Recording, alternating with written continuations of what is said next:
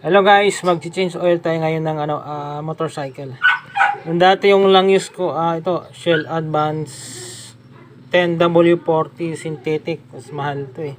Mga nasa 300 plus to 500. So wala tayong budget niyan, ito na lang oh. Tsatsaga na lang sa Uni Oil sa i40. Maganda kayo ito sa makina. Halagang 155 ba ito? 155. Di kaya masira yung makina ko nito. Wala talagang budget eh. Ito na. Product ng Uni Oil. Ayan oh. Guys. Mukhang malinaw naman siya. Okay naman.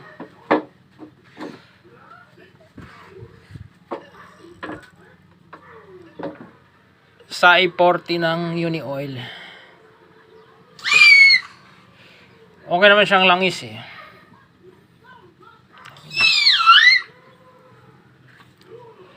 Sa 800 ml lang to.